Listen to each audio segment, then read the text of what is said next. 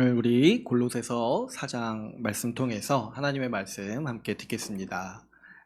우리가 오늘 이 골로새서 마지막 이제 인사를 같이 나누려고 합니다. 그래서 골로새서 올해 시작했을 때 1월부터 했나요? 해가지고 지금 이제 6월인데 6개월 동안 우리가 같이 골로새서 말씀 같이 나누면서 시간을 보냈습니다. 그랬을 때 우리 오늘 이렇게 좀 마무리하고 다음 주에는 한 2, 3주간은 한 복습을 하면 좋을 것 같아요. 설교 때도. 그래서 좀 6월에 이 골로새서를 우리가 마무리하고 또 DBS 하면서도 또 다시 되새기는 시간을 가지면서 우리가 말씀 한 권을 이렇게 그냥 한번 이렇게 봤다 이렇게 이제 지나가지 말고 이 골로새서 말씀으로 우리 삶을 바꿔야겠다, 우리 삶을 정말 재구성해야겠다, 이런 마음으로 우리가 이 말씀을 깊이 있게 살피기를 원합니다.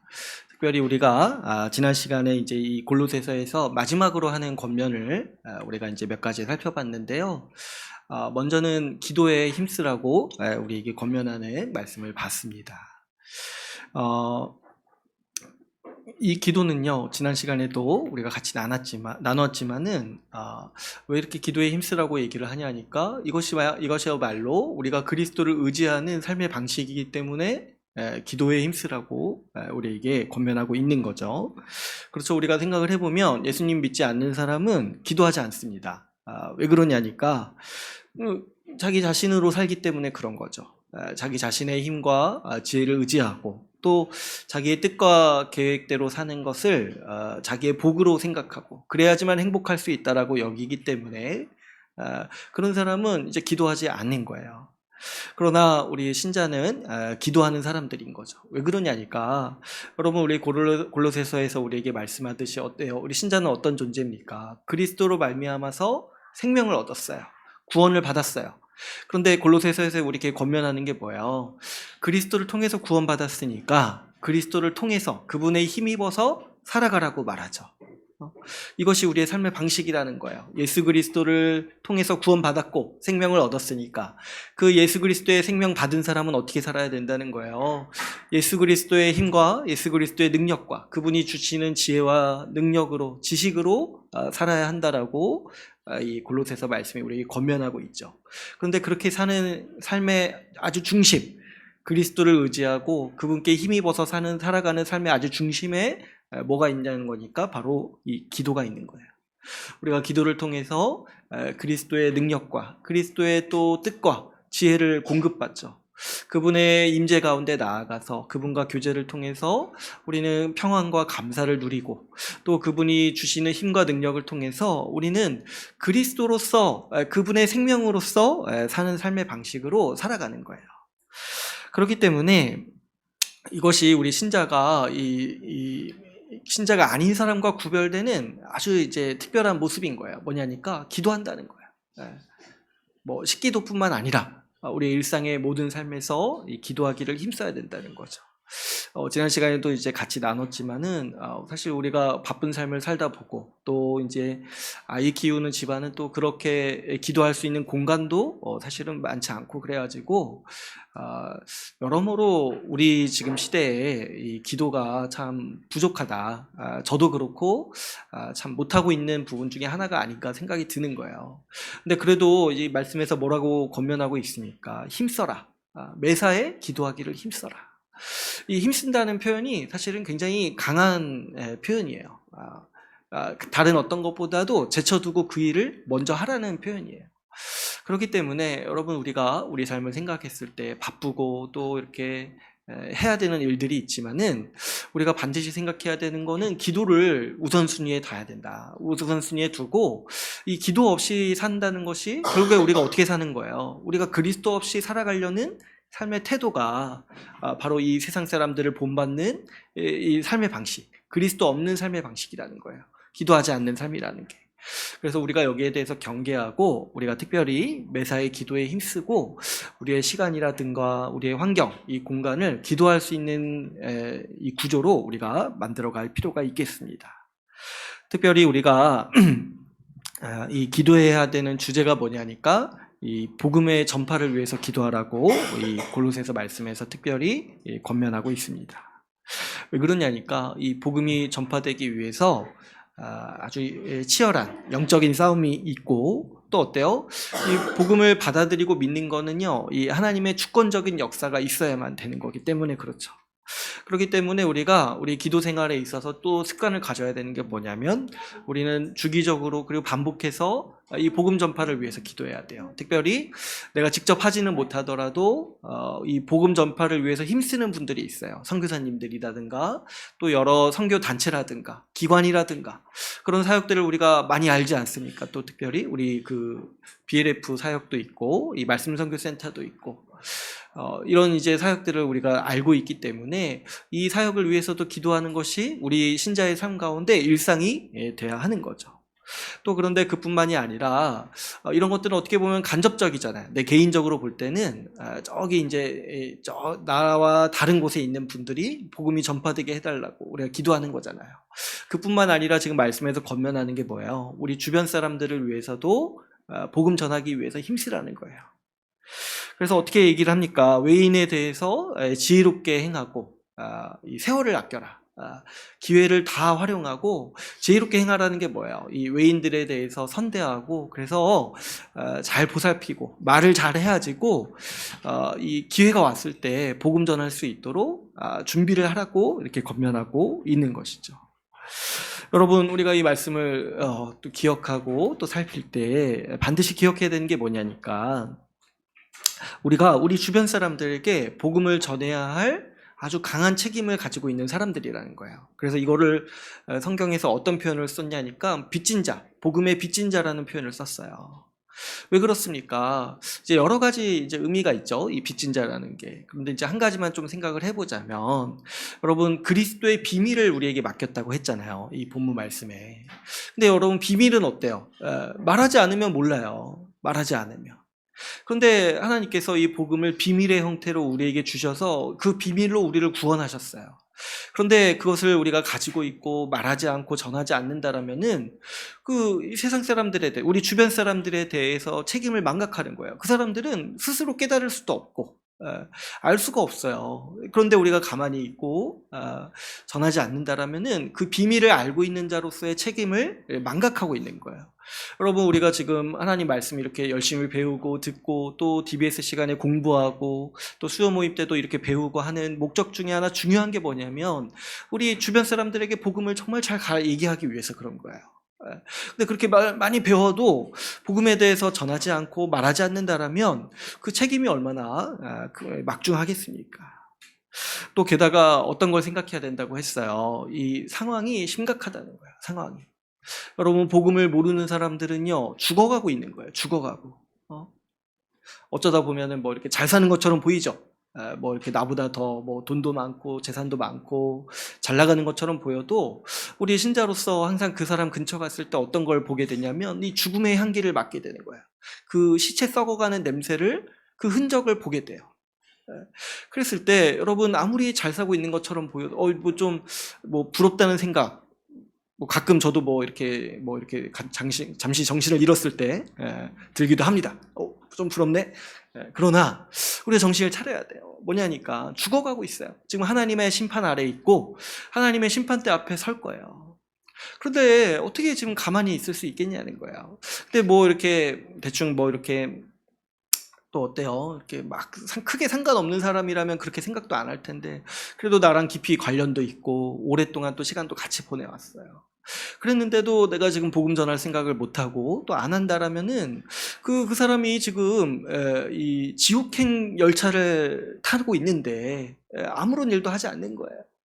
그랬을 때 여러분, 그 사람이 분명 하나님의 심판대 앞에 서게 됐을 때 반드시 우리를 생각할 거예요. 왜 나한테 한마디도 안 했냐? 왜 나한테 경고하지 않았냐? 반드시 그 나를 떠올릴 거예요. 그랬을 때 여러분, 우리는 좀 이렇게 상황이 심각하다라는 걸 알아야 돼요. 복음을 모르고 회심하지 않았다라는 거는 그 사람이 지금 지옥의 백성이라는 뜻이에요.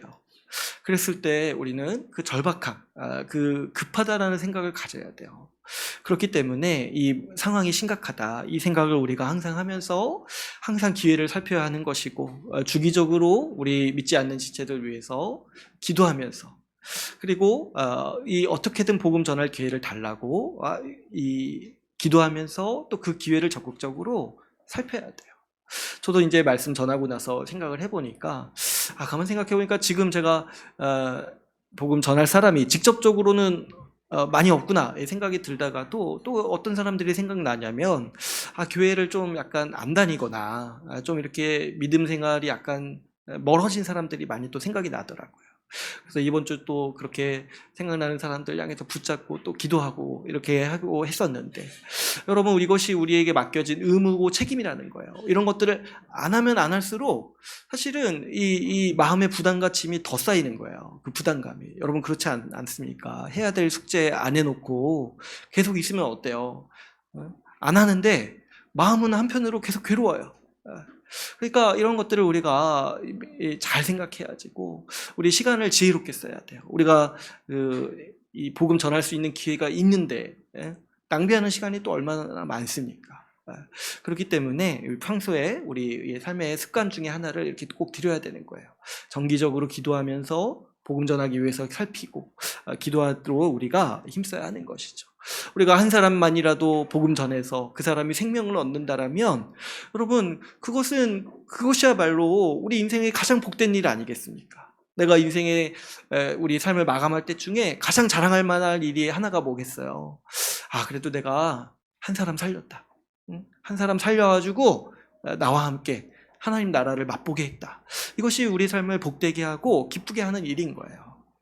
그래서 우리 주변 사람을 도울 수 있는 최고의 섬김과 최고의 사랑이 이 복음 전하는 일이라는 거 생각하고 우리가 이 일에 힘써야 마땅하겠습니다. 오늘 이제 마지막으로 마지막은 아니죠. 이제 시작이죠. 설교의 시작인데. 우리 이제 골로새서의 이 끝부분에 이제 이 서신서기 때문에 이제 마지막은 이제 끝인사로 이렇게 마무리를 하게 됩니다. 그런데 이 골로새서의 이 마지막 인사를 살펴보면은 참 재밌게도 우리가 아는 사람들이 많이 나와요. 그러니까 이름이 알려진 사람들이 많이 나와요. 그래서 이제 이 골로새서의 끝인사는 제가 살펴볼 때 굉장히 은혜가 있었고 이 말씀들을 보면서 깨닫는 바가 굉장히 컸습니다. 왜 그러냐니까, 이 사람들의 사연인과 이 사람들의 지금 안부 인사를 통해서 우리가 이제 그 당시 교회의 모습을 볼 수가 있는 거예요. 실제로 어떻게 살았는가. 그래서 이 사람들, 여기 이제 많은 사람이 나오지만은 다 보진 못하고 이제 몇몇 사람, 이름이 알려지고 좀 그 사람들의 사연이 있는 사람들을 몇 명 이렇게 살피면서 교회가 정말 어떻게 살았는가에 대해서 우리가 한번 같이 나누기를 원합니다. 특별히 여러분, 오늘 여기에 나온 사람들을 이해를 하려면 먼저는 뭘 좀 이해를 할 필요가 있냐면, 우리 이 교회가요, 새로운 세상이라는 걸 이해할 필요가 있어요. 새로운 세상. 우리 그 수요 모임 때도 이제 같이 얘기를 했는데, 하나님 나라가 이미 임했는데 그것이 교회에서 이렇게 우리가 보게 된다고 했잖아요. 그랬을 때 이 골로새서 말씀도 이 3장부터 계속 그 얘기를 하고 있는 거예요. 1절에서 3절. 어떤 얘기를 하냐니까, 위의 것을 생각하고 땅의 것을 생각하지 말아라. 새로운 존재가 되었으니까 새로운 방식으로 살아라. 그래서 그 새로운 방식의 삶이 어떤 거였어요? 거짓을 버리고 진실하게 대해라. 서로를 차별하지 말고 한 몸으로서 살아라. 서로 용납하라. 온유하게 대해라. 또 우리 이제 최근에 나눴던 그 가정에 대한 권면에서 어떤 거였어요? 서로 피차 복종하고, 또 이제 가장 우리가 또 특징적으로 본 게 어떤 거였습니까? 이 상전을 향해서 종에게 의와 공평을 베풀어라, 이렇게 이제 말씀을 하시는 거예요. 이런 명령들이 다 어떤 거냐니까, 그 당시 살아가던 사람들과 다른 삶을 살라는 거였어요. 어떤 삶이요? 이 하나님 나라라는 새로운 세상이 임했으니까 새로운 하나님 나라의 법, 그 새로운 하나님 나라의 질서로서 살라라고 우리에게 얘기를 하는 거죠. 왜 이렇게 다른 기준, 다른 삶을 명하시는가 했더니, 하나님이 우리에게 새로운 세상을 주셨다는 거예요. 어떤 세상이요? 하나님 나라를 주셨기 때문에 그 하나님 나라에서 하나님의 법과 하나님의 기준, 하나님의 말씀으로 살라라고 명하시는 거죠. 그런데 이제 여러분, 우리가 이 수요 모임 때도 같이 함께 나눴지만 이 새로운 세상, 이 하나님 나라의 임함이요, 참 오묘해요. 왜 그러냐니까 이 하나님 나라가 예수 그리스도의 임함으로, 예수 그리스도의 오심으로 시작되었지만, 이미 시작되었지만 이 사람들이요 기대하던 방식이 아니었어요. 여러분도 한번 생각해 보세요. 우리가 이제 이렇게 살고 있는데 여러분들의 일상을 이렇게 딱 보면서 아, 내가 지금 천국을 누리고 있구나, 이런 생각을 많이 못하는 경우가 많아요. 근데 이제 성경의 말씀은 뭐예요? 천국이 이미 시작됐다. 너가 이미 천국에 들어와 있다. 이미 그 삶을 누리고 있다. 이렇게 지금 얘기를 하는 거잖아요. 그런데 우리가 딱 현실을 받아들일 때, 우리가 이제 믿음이 없고 말씀을 잘 모르게 됐을 때, 또 이제 너무 이렇게 바쁜 일상에 매여 있다 보면은 어떤 이제 인식을 갖게 되냐면, 아, 천국이 아닌 것 같다. 응? 천국은 그냥 죽어서 가는 것 같다. 그래서 미래를 소망해야지. 이렇게 이제 생각을 하게 된다는 거죠. 하나님 나라가 임하면 이 단번에 사람들은 그 당시에도 어떻게 생각을 했냐면, 단번에 이렇게 부유해지고 삶의 문제가 해결되고 아무런 문제가 없이 살아갈 거라고 여겼던 거예요. 그런데 예수님께서 하나님 나라가 이미 임하였다라고 말씀을 하셨는데, 어떤 거냐니까 우리 삶의 문제는 그대로인 거예요. 그대로인 경우도 많고 오히려 더 심각해져 가는 것도 있고, 또 겉으로 보면은 바뀐 것이 별로 없는 것처럼 느껴진다는 거죠. 그런데 성경에서 가르치고 있는 이 하나님 나라 어떻게 임했다라고 가르치고 있습니까? 말씀의 방식으로 임했다라고 가르치고 있는 거죠. 그래서 우리 수요 모임 때 한번 살펴봤지만 한번 다시 한번 볼까요? 우리 마태복음 말씀 한번 볼게요. 마태복음 13장 18절에서 23절 말씀 보겠습니다.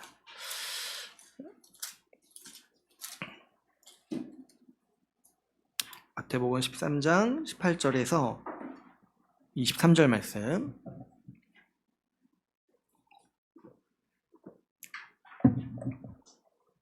같이 한번 읽어보겠습니다. 시작. 그런즉 씨 뿌리는 비유를 들으라. 아무나 천국 말씀을 듣고 깨닫지 못할 때는 악한 자가 와서 그 말씀에 뿌려진 것을 빼앗나니, 이는 곧 길가에 뿌려진 자요 돌밭에 뿌려졌다는 것은 말씀을 듣고 즉시 기쁨으로 받되 그 속에 뿌리가 없어 잠시 견디다가 말씀으로 말미암아 환난이나 박해가 일어날 때에는 곧 넘어지는 자요 가시떨기에 뿌려졌다는 것은 말씀을 들으나 세상의 염려와 재물의 유혹에 말씀이 막혀 결실하지 못하는 자요 좋은 땅에 뿌려졌다는 것은 말씀을 듣고 깨닫는 자니 결실하여 어떤 것은 100배, 어떤 것은 60배, 어떤 것은 30배가 되느니라 하시더라. 아멘. 그렇죠. 하나님 나라 천국이 어떻게 임했냐니까 말씀으로 임했다는 거예요. 말씀으로. 그래서 18절에 어떻게 얘기를 해요? 19절에 아무나 천국 말씀을 듣고 깨닫지 못할 때는 이렇게 해요. 그러니까 말씀이라는 게 뭐냐니까 천국 말씀이라는 거예요. 이게 무슨 뜻이냐니까 천국에 대한 말씀이란 뜻이 아니에요. 말씀 자체가 천국이라는 거예요. 말씀 자체가. 그래서 어때요? 하나님 나라가 임함이 어떻게 시작된다는 거예요. 그 말씀을 믿고 받아들인 자에게는 30배, 60배, 100배의 결실. 그래서 지금 우리가 하나님 나라의 삶을 충만히 누리도록 하는 그 힘이 어딨냐니까 말씀을 받고 받아서 누리는 사람, 순종하는 사람, 그 말씀을 믿고 살아가는 사람에게 있다는 거예요. 그런데 왜 제가 이 천국의 임함이 오묘하다고 말하냐니까, 근데 반면에 어떠냐니까 말씀의 형태로 하나님 나라가 임했기 때문에 이 말씀을 경시하고 받아들이지 않고 거부하는 사람은 어때요? 마치 하나님 나라가 없는 것처럼 느껴진다는 거예요. 그래서 임했는데 어떤 사람에게는 임하지 않는 거예요. 그러니까 이렇게 하나님 나라가 임했다는 거예요. 이런 방식으로. 그러니까 여러분, 우리가 어떻게 생각을 해야 되냐니까 우리가 하나님의 말씀을 정말 신뢰해야 돼요. 우리 이 골로새서의 말씀이 어떤 거였어요? 하나님께서 우리를 새로운 존재로 만드셨다고 했잖아요. 그리고 이 3장에서 특별히 우리가 새로운 세상에서 새로운 방식으로 살아가는 존재가 되었다라고 우리에게 말씀하고 권면하고 있습니다. 그런데 이 말씀을 듣고 믿으면은 어떻게 되냐니까 진짜 이 새로운 세상, 하나님 나라를 보게 된다는 거예요. 그런데 어때요? 여전히 이제 우리를 바꾸셨고 이 교회를 새로운 세상으로 만드셨다. 근데 이런 말씀도 딱 들을 때 우리가 이제 좀 살아온 관성이 있어가지고 그런 마음이 들 수도 있겠어요. 저건 그냥 말을 저렇게 하는 거지. 뭐 목사니까 앞에 나와서 그렇게 하는 거지. 이번에 또 뭐 교회 좀 열심히 뭐 좀 하려고 그러나 보다. 이렇게 그냥 넘길 수도 있는 거예요. 우리 그냥 이 어떤 관성 때문에. 근데 그러면 어떻게 된다는 거예요? 그러면 이런 말씀에 아예 다 자기를 무시한다는 거예요. 이 말씀이 자기를 무시해요. 나를 무시해요. 나도 말씀을 무시하지만 그 말씀도 그 사람을 무시하는 거예요. 새로운 존재로서의 삶, 새로운 세상으로서의 삶, 하나님 나라로서의 삶, 그런 것도 다 못 보게 만든다는 거예요. 그래서 참 이 하나님 나라의 임함이 어떻게 보면 무섭죠. 우리가 지금 같은 공간에 있어도 어떤 사람은 지금 천국을 살고 있는데 어떤 사람은 지금 여전히 지옥에 있는 거예요. 그랬을 때 이 차이가 뭐라는 거예요? 이 말씀, 이 골로새서 말씀, 이것을 신뢰하는가? 그래서 신뢰해서 여기에 자기의 삶을 드리는가? 아니면 이거 그냥 말뿐이지, 이거 그냥 하는 말이지 하고 그냥 대충 넘겨가지고 아무것도 아닌 것으로 그냥 여기면서 살아가는가? 그러면 그 자신도 뭐예요? 아무것도 아닌 인생으로 산다는 거예요. 그랬을 때 이것이 정말 얼마나 큰 차이를 만들어내는지를 우리가 생각을 할 수 있어야 돼요. 이 말씀, 골로새서의 말씀으로 우리에게 주신 이 말씀을 정말 믿고 살 때 그 당시 사람들이 어떻게 살았는지도 우리가 특별히 봐야 돼요. 특별히 여러분, 새로운 세상으로서 하나님 나라가 교회에 임했다는 사실을 믿어야 됩니다. 그래서 이 교회를 새로운 세상으로 받아들이고 귀하게 여기고 새로운 삶의 방식으로 살아가야 돼요. 믿고 살아가면 하나님 나라로서의 교회를 봅니다. 그러나 안 믿고 그렇게 안 살수록 세상과 똑같은 교회의 모습을 보는 거예요. 그래서 오늘 본문에 이 등장하는 여러 사람들이 있는데요. 여러분, 정말 이 말씀 그대로 믿고 살아간 사람들이 어떻게 살았는지를 우리가 보면서 이것이 정말 우리 현실인지 아니면 정말 딴 나라 얘기인지를 우리가 같이 함께 살펴보기를 원합니다. 우리 처음에 이 말씀 이 인사에 나올 때 처음에 나오는 사람이 있죠. 우리 누가 나오냐니까 두기고가 나와요. 두기고. 이름이 되게 이렇게 이미지가 친숙하고 또 순박해 보이지 않습니까? 두기고. 두기고는 사실 근데 굉장히 이 사람에 대해서는 이렇게 막 나오지는 않지만 많이 등장하는 사람이에요. 왜 그러냐니까 여기서 이제 어떤 사람이라고 소개를 해요. 사랑받는 형제, 신실한 일꾼이다. 그래서 이 두기고는 정말 신실한 일꾼인 게 왜 그러냐니까 이 바울과 함께 동역했던 사람인데 이 두기고라는 사람이 많이 했던 일이 뭐냐면 이 바울의 편지를 전달하는 일이었어요. 편지를 전달하는 일. 그러니까 어떻게 보면은 이 편지를 전달하면서 또 바울의 메시지가 있을 거 아니에요. 바울이 이렇게 편지 주면서 몇 가지 또 말로써도 당부했을 거 아닙니까? 그랬을 때 지금 바울이 신뢰하면서 보낼 만한 사람이 이 두기고인 거예요. 이 두기고가 그래서 성경에 여러 번 나와요. 왜냐하면 이 사람한테 많이 맡겼기 때문에 그런 거예요.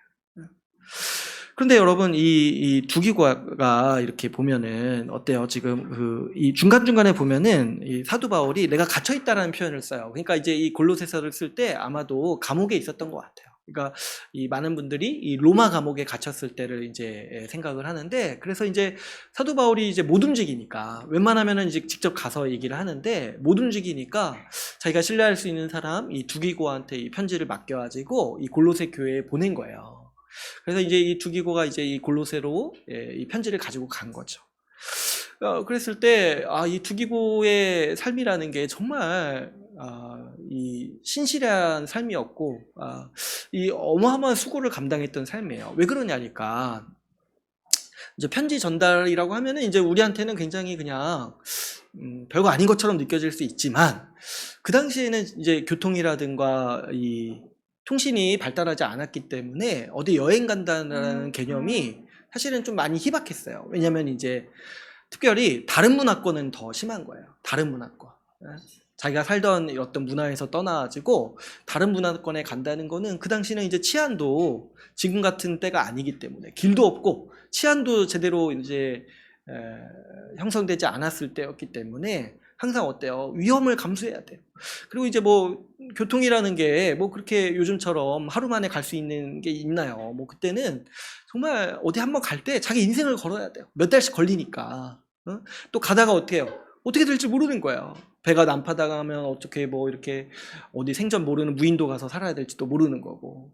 근데 이제 두기고는 그런 삶을요, 한두 번 가는 것도 사실 힘든데 이제 계속 다녔다는 거예요. 왜 그러냐니까 사도 바울이 계속 갇히거든요. 계속 갇히니까 이 사도 바울의 발이 묶이니까 이제 바울이 이제 두기고라는 사람에게 이제 맡긴 거죠. 근데 이제 또 거리도 보니까 이제 거리가 이제 만만치가 않은 거예요. 지금 사도 바울이 로마에 있는데 이제 골로새는 어디 있어요? 저기 이렇게 소아시아 지역, 저희 그리스 넘어서 이렇게 있는 거예요.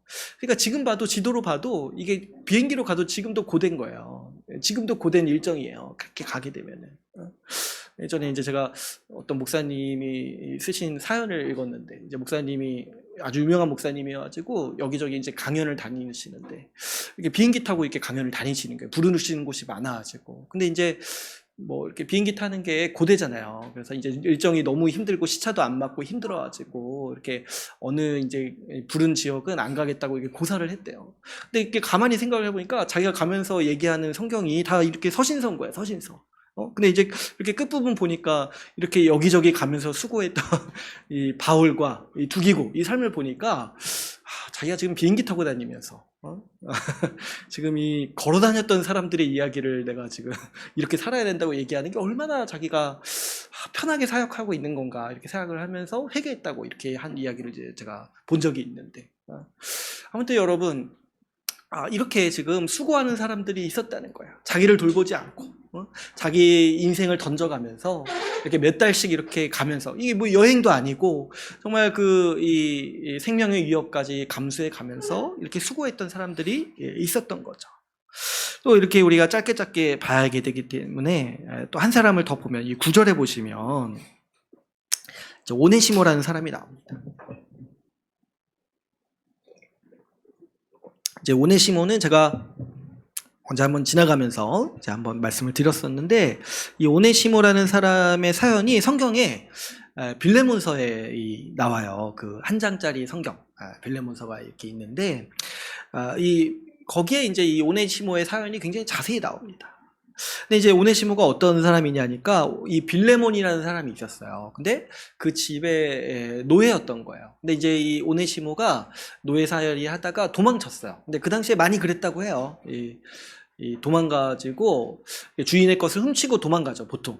그때 도망갈 때 노예들이 한번 잘 생각해 보시면 그냥 도망가는 노예가 있었겠냐는 거예요. 자기 먹고 살아야 되잖아요. 그러니까 주인의 재산을 이렇게 훔쳐가지고 도망갔던 거예요. 근데 이 오네시모가 참 놀라운 게 도망갔는데 어떻게 하다 보니까 사도 바울을 만난 거예요. 지금 사도 바울이 로마에 있는데 그 사도 바울을 만나서 복음을 듣고 회심한 거예요. 그래서 어떻게 살게 됐냐니까 이 사도 바울을 섬기고 돕기로 자기가 자원해서 이렇게 자발적으로 산 거예요. 근데 이제 사도 바울도 참 놀라운 게, 알고 봤더니 이 골로새 교회의 이 빌레몬이라는 사람, 이 사도 바울이 또 아는 사람인 거예요.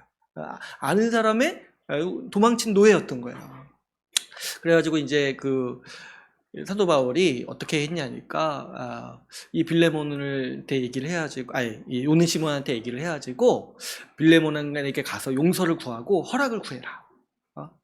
그렇게 하는 것이 신자로서 사는 것이다. 이렇게 이제 권면을 한 거예요. 그래서 이 오네시모가 참 놀랍게도 두기고랑 같이 어디에요? 빌레몬 여기 골로새 교회에 이제 다시 오게 된 거예요. 그래서 이 빌레몬을 만나지고 이 용서를 구하고 또 어떤 허락을 구해야 되냐면 이제 바울과 함께 동행해도 괜찮겠는지 이런 이제 허락을 이제 구했던 거죠. 그러니까 이 오네시모는 아주 인생이 아주 완전히 바뀐 사람이죠. 복음을 듣고 새롭게 된 사람인데, 근데 여기 본문에는 등장하지 않지만은 사실 이 빌레몬이라는 사람도 이렇게 생각을 해보면 지금 어때요? 이 도망친 노예가 왔는데 그 사람이 복음을 듣고 받아들여서 용서를 구했을 때 그 노예를 용서하고, 어때요? 여기 보면 어떤 사람이라고 소개를 합니까? 사랑을 받는 형제, 자기의 형제로 받아들인 거예요, 이 빌레몬이라는 사람이.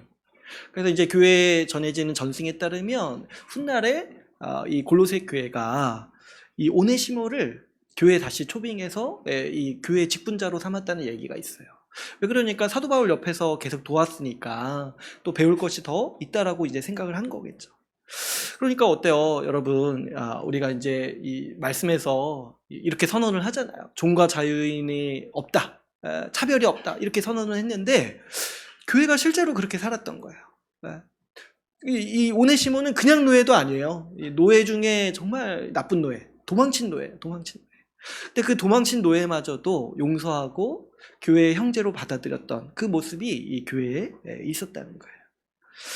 또 우리 다음 사람을 또 보시면 이제 몇 명 건너뛰고 10절에 보시면 이 바울과 함께 갇힌 사람이 있다고 해요. 이 아리스다고라는 사람이 있는데 이분은 제가 누군지 잘 모르지만 그 뒤에 나오는 사람, 이 바나바의 생질 마가라는 사람이 있습니다. 이제 이 바나바의 이 사촌인데 이 마가라는 사람의 사연도 참 복잡합니다. 이 마가는 또 성경에 많이 등장해요. 왜 그러냐니까 이 사도행전에 이제 주로 이름이 나오고 이 사도 바울이 몇 번 불러요. 그래서 이제 이름이 등장하는 사람인데 이 사도행전 15장에 이 마가가 어떤 사람인지 엿볼 수 있는 몇 가지 사연이 있어요. 여러분, 이 바울이요 원래 어떤 사역을 했었냐면 초창기에는 이 바울이 바나바라는 사람과 함께 사역을 했어요. 그러니까 원래 그 당시 교회에서 그 초대교회에서 가장 이 바나바는 어떤 사람이었냐면은 가장 크게 인정받는 사람 중에 한 명이었어요. 그래서 어떤 일이 있었냐니까 예루살렘에서 이제 박해가 시작돼가지고 이제 이 성도들이 이 유대 땅 그리고 이제 이방 땅에 전역으로 흩어지게 된 거예요. 그런데 그러면서 안디옥이라는 지역에 교회를 세우게 됐어요. 근데 그 안디옥이라는 교회가 이방인 교회인데도 부흥하고 사람이 날로 부흥하니까 이 예루살렘 교회에 요청을 한 거예요. 우리를 지도해주고 가르쳐줄 사람을 보내달라. 그랬을 때 이제 이 예루살렘 교회에서 이 안디옥 교회를 굉장히 귀하게 여겨가지고 그 예루살렘 교회 정말 기둥같이 여기던 바나바를 보낸 거예요. 바나바. 이 바나바가요, 이 사도행전에 보면은 자기 전 재산을 팔아서 교회에 바친 사람 중에 또 한 명이었어요. 근데 이 지식적으로도 탁월해가지고 아주 가르치기에 힘썼던 사람이에요.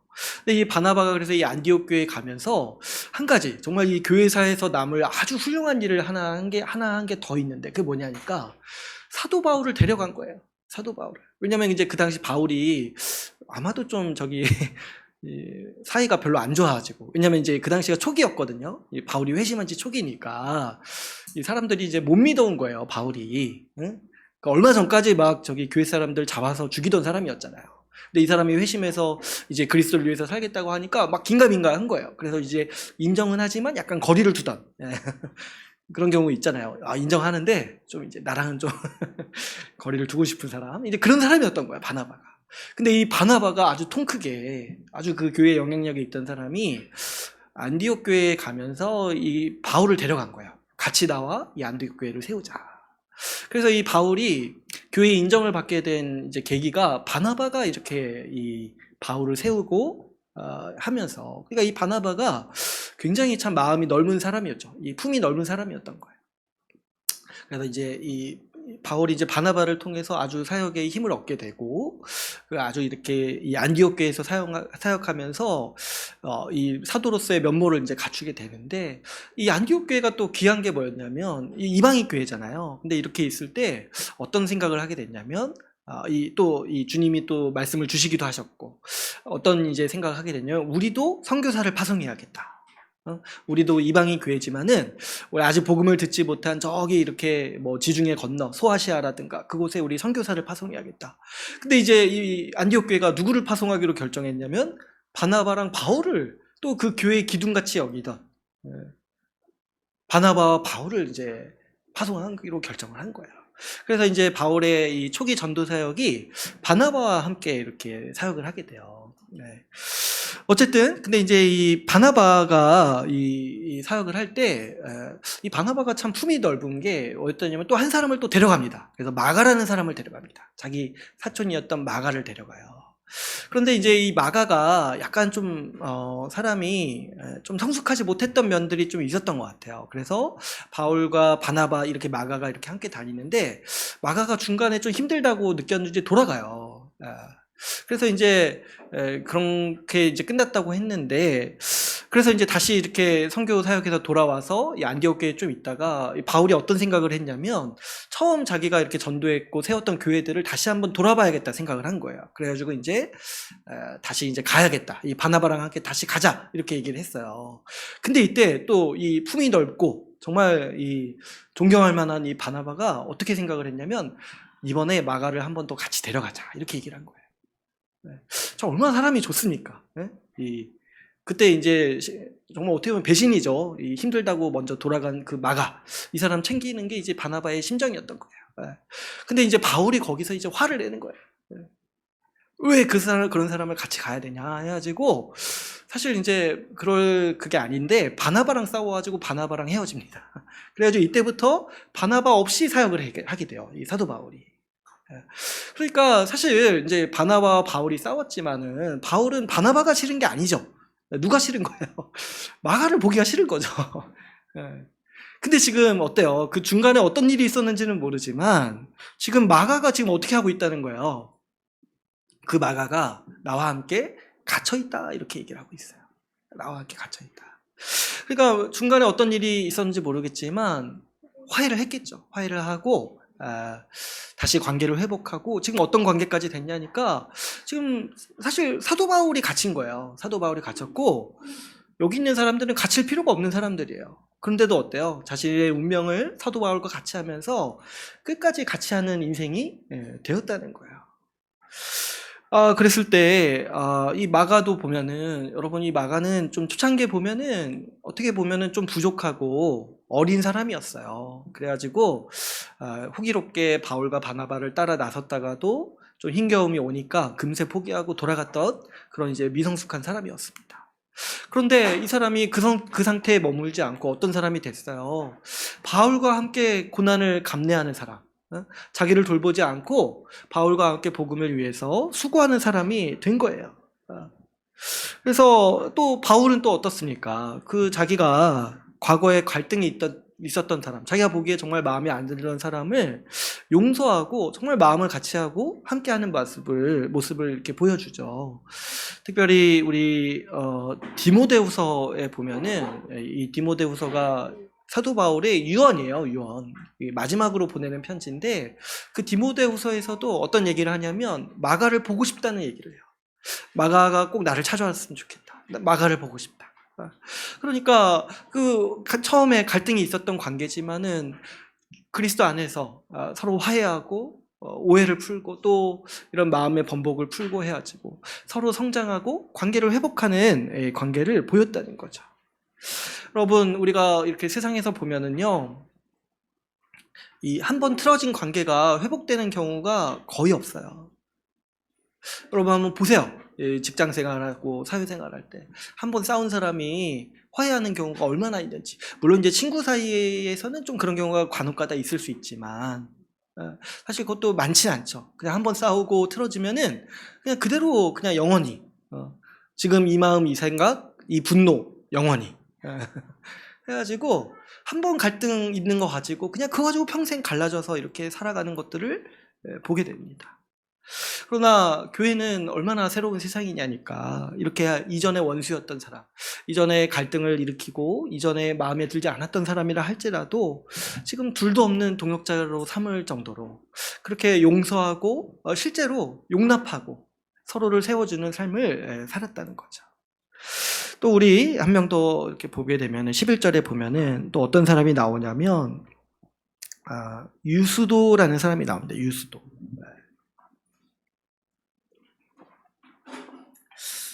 근데 이제 이 사람은 좀 약간 그 기구한 게 이름이 예수예요. 그러니까 유수도라는 예수잖아요. 그러니까 이름이 예수인 거예요. 그러니까 얼마나 그 당시에 살기가 좀 곤란했겠습니까? 그래가지고 예수라고 부르는 걸 좀 이제 피하려고 유수도라고 부른 것 같아요. 그죠? 그죠? 요즘에 뭐 우리 아이 이름 짓는데 예수라고 안 짓잖아요. 그죠? 다른 이름은 저도. 그러니까 이제 참 사는 게 힘들었겠다. 이런 생각이 또 들었는데, 아무튼 이분은 어떤 사람이냐니까 11절에 보시면 할레파라는 거예요. 근데 이제 어떻게 얘기를 해요? 할레파인데 이들만은 하나님의 나라를 위해서 함께 역사하는 자들이다, 이렇게 얘기를 해요. 여러분, 이 할레파가 어떤 사람들이냐니까 이 사람들은 교회 밖에 있는 사람들이 아니에요. 교회 안에 있는 사람들이었어요. 근데 이제 교회 안에서 아주 이제 특이한 주장을 했는데, 어떤 주장을 했냐면 할례를 받아야 된다고 주장을 한 거예요. 그러니까 예수님을 믿는 사람들인데도 어떻게 자꾸 주장을 하냐면 예수 믿고 할례도 받아야 된다, 이렇게 이제 강요를 했던 거예요. 그래가지고 아주 강성인 사람들은 할례 받지 않는 그 교인들과는 교제를 하지 않고 이방인이라도 할례를 받아야 된다라고 이렇게 말하고 다닌 거예요.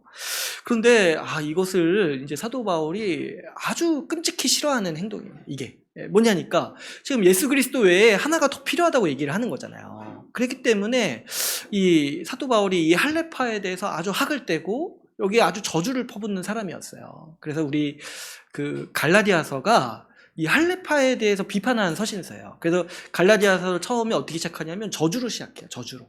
다른 복음을 전하는 자가 저주가 있을 거다. 거기서 이제 저주한 자들이 누구냐니까 이 할례파. 예수 믿고 할례도 받아야 된다고 주장했던 이 사람들이었던 거예요. 그런데 이 유수도라는 사람이 어떤 사람이냐니까 이 할례파인 거예요. 할례파.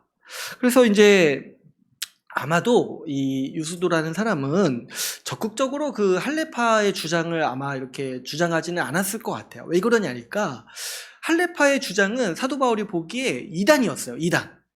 이 저주받아야 된다라고 말할 정도로 이단이었어요. 그래서 아마 이 유수도라는 사람은 이 어떤 신념 때문에 할례파에 속했다기보다는 어떤 관계라든가 이 자기 태생 때문에 이 할례파에 속해 있는데, 이 사람이 보기에 이 자기가 관계가 있어가지고 이 할례파에 있는 사람들을 강하게 비난하거나 거기서 나오지는 못해도 어떻게 했냐니까 자기가 이제 이 사도 바울의 사역을 돕고 중재했던 일을 했던 것 같아요. 그래서 지금 이제 사도 바울이 어떻게 얘기를 합니까? 이 사람이 할례파인데도 불구하고 이들은 하나님의 나라를 위해서 함께 동역하는 사람들이다. 그래서 이런 사람들 덕분에 내가 위로를 받았다라고 지금 얘기를 하고 있는 거죠. 그러니까 이 유수도와 바울의 관계는 어떻습니까? 아주 원수 관계 중에 하나이고, 또 특별히 이 할례파라는 거는 그 당시 이제 우리가 신천지를 보는 시각으로 바울이 보는 사람들인 거예요. 그런데 그럼에도 불구하고 그 중에 전부 다 이렇게 막 매도했던 것이 아니라 그 중에 정말 바울과 뜻을 같이 하고 어떤 구체적인 생각이라든가 신념이 다를지라도 바울의 사역을 후원하고 중재하는 것을 보고, 또 바울도 그렇게 행하는 사람을 보고 이 사람을 같은 형제 그리고 같은 동역자로서 받아들이는 거죠. 뭐냐니까 구체적으로 들어갔을 때 생각이라든가 신념이 다를 수 있어요. 그런데 서로 동의하는 바가 뭐냐니까 정말 주님을 위해서 열심히 사는구나, 이것을 보게 되니까 우리가 함께 하나님 나라를 위해서 동역하는 사람이구나 하는 생각을 우리가 하게 되는 것이죠. 그랬을 때 이것도 굉장히 초월적인 모습이죠. 여러분, 우리가 세상에서 보면은 생각이 다르고 특별히 속한 무리, 속한 자기의 어떤 무리가 다를 때는 서로 욕하고 싸우기 바쁩니다. 우리 한국 사회를 생각해봐도 어떻습니까? 우리 한국 사회가 지역으로 나눠져 있다고 그러죠. 그래서 지역별로 이렇게 번복하고, 우리 막 그렇잖아요. 지금은 뭐 요즘 세대는 좀 그런 게 약해졌다고 해도 어디 사람, 뭐 어디 경상도 사람, 전라도 사람. 근데 이렇게 얘기할 때 전라도 사람은 다 그래, 경상도 사람은 다 그래, 이렇게 이제 아주 편견과 무리의 어떤 지역 감정으로 사람을 대할 때가 있는 거죠.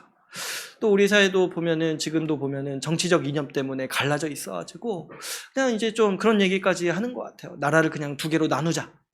지금 이제 남북이 나눠져 있는데 그냥 이제 아예 두 개로 나누자. 너무 이제 소통도 안 되고 너무 이렇게 원수 관계로 지내니까 자기가 속한 정파라든가 어떤 이제 무리랑 다른 무리, 그리고 적대적 무리에 속한 사람을 향해서 아주 싸잡아서 비난하고 이 상종도 하지 않는 경우가 우리 가운데 많은 것입니다. 그러나 교회는 어떤 세상을 이루었냐니까 이 생각과 신념이 다른 사람이라 할지라도 하나님 나라라는 공통된 목표를 향해서 동역할 수 있는 관계라는 거죠. 그랬을 때 우리가 생각이 다를 수 있고 또 우리 이제 저는 이제 목회자로서 이런 생각도 해요. 신학이 다를 수도 있어요. 차이가 있을 수 있어요. 제가 우리 이제 교회사 하면서 여러 가지 신학적 이제 흐름들을 이제 많이 말씀을 드렸잖아요. 그런데요, 그런 사람들이라 할지라도 어떤 사람들을 보면은 신학이 아무리 다를지라도 저보다 열심히 사는 사람들이 훨씬 더 많은 거예요. 그랬을 때 그 사람들을 비난하지 말아야겠다. 저도 이제 생각을 많이 하게 되는 거죠. 왜 그러냐니까 생각이 좀 다르고 신념이 좀 다를지라도 우리의 공통된 목표가 뭐냐면 하나님 나라를 위해서 살아간다라면 우리는 그런 사람이라 할지라도 나와 다른 이 어떤 공동체에 속한 사람이라 할지라도 우리는 형제로 여기고 동역자로 받아들일 수 있어야 하는 것이죠. 또 우리 한두 명 더 보자면 12절에 보면 이제 에바브라는 사람도 있습니다. 에바브라.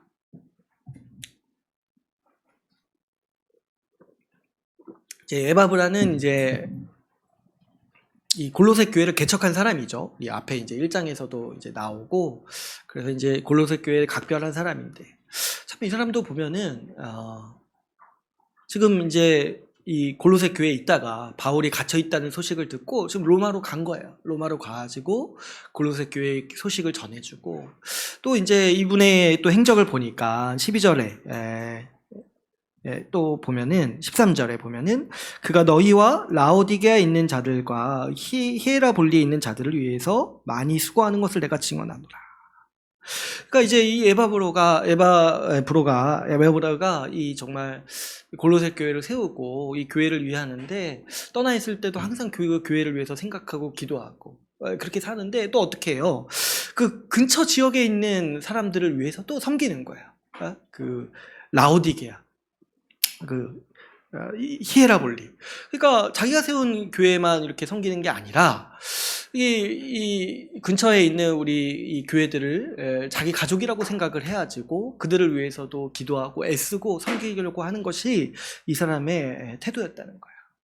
그랬을 때 여러분 우리도 생각을 해보면 얼마나 우리가 자기 식구만 챙기기 쉽습니까?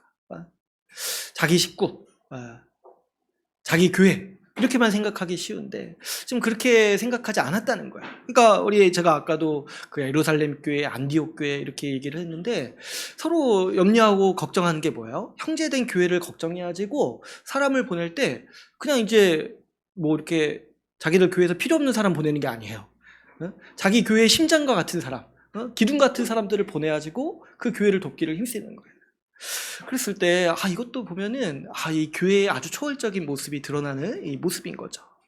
또 한 사람 보면은 이제 15절에 제가 이거 한 번 얘기했던 지나가면서 한 번 더 말씀을 드렸었는데 눈바라는 사람이 있습니다. 눈바. 근데 이분은 이제 이름만 보면은 남자 같은데 그죠? 여성이었어요. 여성. 그런데 이제 어떤 사람이었냐니까 15절에 보면은 눈바와 그 여자의 집에 있는 교회에 문안한다 이렇게 돼 있어요. 그 여자의 집에 있는 교회.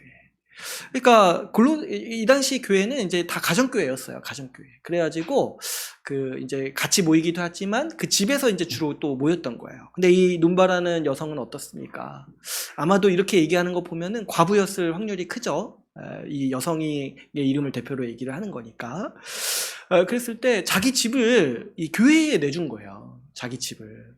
근데 이제 이때 이 개념이요, 뭐 주일에 한 번 이렇게 하는 개념이 아니에요. 이 당시 교회가 매일같이 모였는데, 자기 집을 그 매일에 모이는 교회의 모임 공간으로 내준 거예요. 그랬을 때, 얼마나 또 정말 자기를 돌보지 않고, 자기를 내어주는 이 모습을 우리가 또 볼 수 있겠습니까? 또 하나. 이 여성이잖아요. 근데 이 당시 사회 문화라든 게 여성을 대표로 내세우거나 이 지도자로 내세우는 문화가 아니었어요. 우리 아주 이런 면에서 유교 문화권이랑 약간 비슷한 면이 있는데, 그런데 이제 교회는 어떤 곳이냐니까 이런 경우가 많이 나와요. 그 여성의 집에, 여자의 집에 있는 교회 이런 표현이 여기도 나오고 다른 데서도 나와요. 그러니까 그만큼 여성들이 그 자기의 집을 내어주셨고 또 교회가 그 사람 중심으로 이제 모이는 거예요. 그래서 그 당시 정말 남자 여자의 차별이 엄연하던 시대에도 교회는 이러한 것들을 초월했던 모습을 보여줬다는 것을, 그렇게 살았다는 것을 우리가 이 말씀을 보면서도 확신할 수가 있게 되는 거죠. 마지막으로 우리 18절에 보면은 이 사도 바울을 볼 수가 있습니다.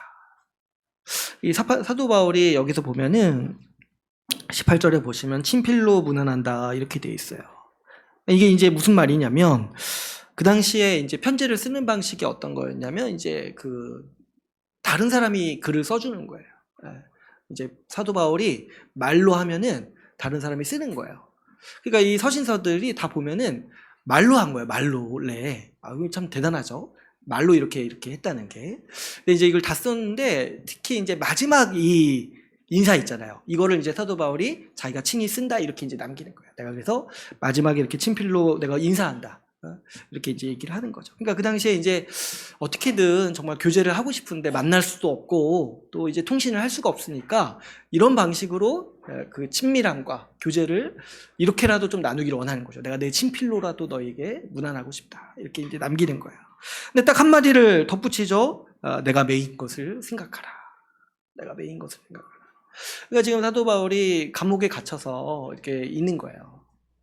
그랬을 때 여러분 이 사도 바울의 인생도 여러분 한번 생각을 해보시면 어떤 인생이었냐니까 이 사람은 유대인 중에 유대인이었고 이 기독교를 이단으로 생각했던 사람이었어요. 근데 어떤 모습을 보고 이단이라고 생각했냐면 예수 믿어서 이방인이 하나님 나라 백성이 된다는 것에 대해서 끔찍히 싫어했던 거예요. 유대인들이. 제가 이번 주에 수요일에도 말씀을 드렸죠. 어떻게 이방인이 하나님 나라 백성이 되냐는 거예요.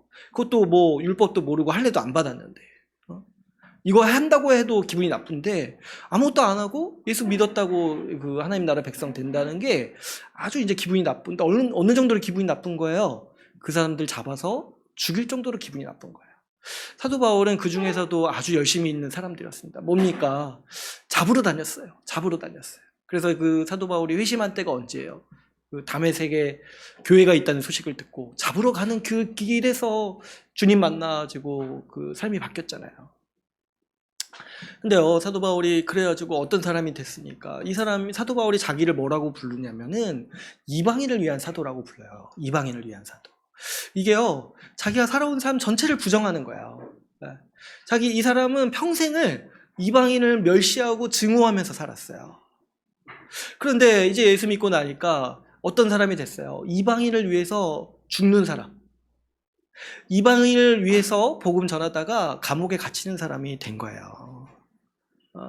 그래서 이 사도 바울이 갇힌 것을 생각하는 게 정말 묵상할 바가 많습니다, 여러분. 우리가 생각해 봐야 돼요. 이 18절 말씀. 내가 메인 것을 생각하라. 여러분, 우리 일상을 살면서 우리 한번 종종 생각합시다. 사도 바울이 감옥에 갇혀서 한 말들, 그 행동들, 태도들을 우리가 생각합시다. 여러분, 그가 자기가 그토록 미워하던 사람을 위해서 어떻게까지 지금 살아가냐니까 그 사람들을 위해서 감옥에 갇히는 수고, 그리고 나중에는 순교당하는 수고까지 감당을 하는 거예요. 그랬을 때 어떻게 이런 일이 가능하냐니까 우리 주님이 이렇게 역사하신다는 거예요. 우리 주께서 우리를 새로운 존재가 되게 하셨고 새로운 세상을 살아가도록 하셨다는 거예요. 얼마만큼 새로운 세상이냐니까 이렇게 완전히 다른 인생을 살아가는 삶으로 우리를 바꾸신다는 거예요. 그랬을 때 여러분, 우리가 이렇게 어떻게 보면은 평범한 인사말들이에요. 끝인사 하는 거예요. 아마 이제 사도 바울도 놀랄 거예요. 내가 그렇게 인사한 거 가지고 지금 설교 말씀하고 있다고 놀랄 거예요. 근데 여러분, 우리가 이 말씀들을 살펴볼 때 이것이 우리에게 주는 시사가 참 큰 거죠. 여러분, 이 사람들이 실제로 어떻게 살았는지가 여기에 담겨 있다는 거예요. 평범한 인사임에도 보면 인사임에도 그 면면들을 보면은 어떻습니까, 여러분? 완전히 다른 세상을 살고 있잖아요. 완전히 다른 차원의 삶을 살고 있지 않습니까? 몇 가지 이 중요한 특징이 있죠. 이 사람들은 어떻게 살았습니까? 서로를 위해서, 교회를 위해서 자기를 돌보지 않고 수고하는 인생을 살았어요. 이 두기고라든가 마가라든가 에바브라든가 이 감옥에 갇힌 바울이라든가 또 이 눈바는 어떻습니까? 이 교회를 위해서 자기 집을 내어주었어요. 이 교회를 위해서 그토록 자기를 내어주면서 애쓴 거예요. 그랬을 때 이 자기를 돌보는 인생이 있었겠냐는 거야, 여기에. 뭐 이렇게 자기 교회를 위해서 자기 집을 내어주는데 자기 뭐 프라이버시나 이런 거 소중히 여겼겠냐는 거야. 자기 자신의 삶을 다 내어줬겠죠. 이렇게 이 바울 따라다니면서 이 그 당시 전 세계를 같이 함께 이렇게 다니는데 자기 가족을 돌보거나 자기 뭐 이렇게 친척을 돌보거나 이렇게 할 여유가 있었겠냐는 거예요. 그런 거 없이 그냥 이렇게 살았어요. 왜 그러냐니까, 어떻게 이렇게 살 수 있었냐니까, 주님께서 우리를 새로운 존재로 만드셨다는 거, 그리고 이 교회가 우리 주님께서 세우시는 새로운 세상이라는 걸 믿었다는 거죠.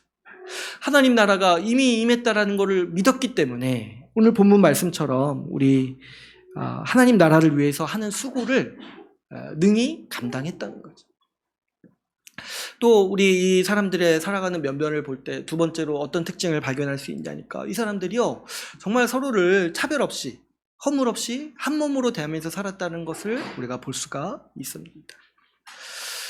이렇게 보니까 여러분 어때요? 이 골로새서 안에서도 서로 이렇게 차별이 없어야 된다 이렇게 말을 하잖아요. 골로새서 3장 11절에 이방인이나 유대인이나 차별이 없다. 남자나 여자나 종이나 자유인이 차별이 없다. 그런데 이 뒤에서 보니까 골로새서 교회는 실제로 그렇게 산 거예요. 어때요? 그 오네시모라는 그 도망친 종을 용서해서 자신의 사랑받는 형제로 받아들였죠. 또 바울은 어떻습니까? 자기와 싸우고 마음에 들지 않았던 그 마가라는 사람을 용서하고 마음을 같이 하는 동역자로서 그 관계를 발전시켰어요. 할레파와 같이 이 신념도 다르고 생각도 다른 사람들과도 하나님 나라라는 공통된 목표를 향해서 같이 함께 동역하는 모습을 가지고 있었습니다. 여러분, 우리가 이 말씀을 살펴보면서 우리 지금 오늘날 우리를 살고 있는 우리가 얼마나 정말 작은가, 우리의 생각이 얼마나 작은가 생각을 해보게 되는 것 같아요. 여러분, 우리는 어떻습니까? 우리는 가지각색의 이유로 사람과 거리를 두고 또 벽을 세우는 것들을 즐겨하는 존재인 거예요. 다른 생각이라든가 이 다른 배경이라든가 또 이 과거에 뭐 서로 상처 주는 말을 했다고 해가지고 관계를 끊어버리고 어때요? 지금 그때 그 마음 영원히 변치 않게 서로를 미워하고 상종하지 않으려 하고 관계 맺지 않으려고 하는 마음들이 우리 가운데 얼마나 그런 습관들이 크게 작용하고 있습니까? 그래서 우리가 마음 한켠에 어떤 게 있냐니까, 저 사람들을 향해서 정말 상종하지 말아야겠다, 거리를 둬야겠다, 가까이 하면 안 되겠다, 이런 마음들을 우리가 품고 사는 거죠. 저도 이제 이 골로새서 말씀 계속 묵상하다 보니까 저도 좀 안 그래도 그런 게 있지 않나 생각이 드는 거예요. 뭐냐니까, 나랑 좀 삶의 방식이 달랐던 사람, 나랑 좀 이렇게 스타일이 달랐던 사람을 향해서 제가 좀 거리를 두는 건 아닌데 좀 이렇게 다가가지 않는다거나 좀 이렇게 마음을 다하지 않는다거나 그러지 않았는가 저도 많이 돌아보게 돼요. 언제 느꼈냐니까, 아이를 데리고 놀이터에서 놀 때 가끔 말 험하게 하는 애들이 있어요. 그러면 제가 좀 거리를 두게 되더라고요. 난 저렇게 안 살았는데 하면서 근데 제 생각이 딱 들더라고요. 나도 지금 나랑 다른 배경의 사람을 마음으로부터 지금 멀리하는구나. 그러지 말아야겠다. 여러분, 우리가 얼마나 편견과 오해가 많은지 몰라요. 우리가 얼마나 그 꼬리표를 붙이기 좋아하는 습성이 있는지 몰라요. 이 사람은 이런 사람이야. 그 사람과 뭐 대화해보지도 않고 그 사람의 말을 들어보지도 않고 그냥 그 사람의 출신이라든가 배경이라든가 뭐 어디 지역 사람이래, 어디 나왔대, 이거 하나 가지고 그 사람을 그냥 전부를 평가해버리는 경우가 많아요. 또 누구한테 그냥 그 사람을 전해 들었어요. 그게 이제 그대로 이제 박혀가지고 그 사람은 그런 사람이구나, 나도 거리를 둬야겠다, 가까이 하지 말아야겠다, 이렇게 하는 거예요. 근데 얼마나 그 오해가 큽니까? 사실 막상 만나서 그 사람과만 직접 대화를 해보면 사실 큰 오해들이 많고 우리가 모르는 게 더 많습니다. 그럼에도 불구하고 우리는 함부로 평가하고 함부로 판단 내리고 편견으로 사람을 대할 때가 많은 것이죠. 또 뭐 어떤 마음이 있냐니까, 당짓기를 좋아해요. 뭐냐니까 나랑 편한 사람만 어울리기를 좋아해요. 그래가지고 마음이 맞거나 뭐 취향이 맞거나 이렇게 뭐 여러 가지 면에서 나랑 좀 친한 사람들, 마음에 맞는 사람들과만 좀 교제하려고 하고 어울리려고 하는 그런 습관들이 우리 가운데는 다 있습니다. 사람이기 때문에 다 있어요. 그런데 여러분, 이런 것들이 뭐냐니까 우리가 생각 이상으로 사람을 차별하는 죄성을 가지고 있다는 거야. 세상에서도 차별이 나쁜 거라고 가르치고 차별을 반대해야 된다라고 하지 말자고 하잖아요. 그런데 실상을 보면은 우리는 5만 가지 것으로 사람을 차별해요. 5만 가지 것으로. 친하거나 친하지 않거나, 마음이 맞거나 그렇지 않거나. 요즘에는 뭐 MBTI, 뭐 T든지 뭐 F든지 해가지고. 요즘에 보면은 너 T야 이게 약간 욕이더라고요. 그럼 어떻게 이게 어떻게 해요? T인 사람은 어떻게 해요? 지금 5만 가지 것으로 차별해요. 5만 가지 것으로. 나랑 조금만 안 맞으면 5만 가지 것으로 그 사람을 꼬리표를 붙이고, 이 사람은 T인 사람이야, 이 사람은 F인 사람이야, 이 사람은 저기 지역 사람이야, 이게 구분을 하고 차별을 하는 거야. 그래서 여러분, 이런 거 볼 때 우리 가운데도 얼마나 이렇게 깊이 있게 정말 벽 쌓고 담 짓고 당 짓는 이런 이제 습관이 있는가. 나랑 마음이 맞는 사람과만 교제하려고 하는 그런 모습이요, 어떻게 보면은 마땅한 것처럼 보이고 당연한 것처럼 보이지만은 깊이 들어가 보면 우리가 벽을 세우고 있구나. 우리가 지금 예수 그리스도의 사역을 무시하고 있다는 걸 생각하게 되는 거예요. 여러분, 우리 주님은 이제 그런 것들을 뛰어넘어서 교회 안에서는 한 몸으로 살라라고 말씀하십니다. 교회 안에 새로운 세상을 여셨다는 거예요. 어떤 세상이요? 차별 없이 누구나 한 몸을 이루는 세상을 여셨다라고 우리 주님은 선언하셨습니다. 그러므로 여러분, 우리는 생각해야 됩니다. 우리가 크다고 생각할 수 있어요. 그 차이가. 나와 저 사람의 차이, 나와 저 사람의 어떤 안 맞는 어떤 행동들, 이런 것들이 내가 보기엔 정말 건널 수 없는 강처럼 느껴질 수 있습니다. 그러나 이것이 착각이고 그 차이가 크지 않다라고 우리는 생각할 수 있어야 돼요. 왜 그러냐니까 우리 그리스도께서 우리 사이에 막힌 담을 모두 허무셨기 때문입니다. 여러분, 누구든지 그리스도를 믿음으로, 그리스도의 공로로 교회에 들어오게 하셨습니다. 그러므로 모두가 그리스도 덕분에 하나님 나라 백성이 된 것이고 교회의 일원이 된 거예요. 교회 안에서 누가 잘났건 못났건 이런 거 없습니다. 왜 그러냐니까 다 그리스도가 연합해서 교회에 들어왔기 때문에 다 잘났어요. 근데 내가 저기서 저 사람은 이것 때문에 나랑 안 맞아, 내가 저 사람은 저것 때문에 나보다 못해, 저 사람은 저것 때문에 좀 무시해, 이렇다면 여전히 아직도 뭐냐면 그리스도를 통해서 교회 안에 들어온 게 아닐 확률이 큰 거예요.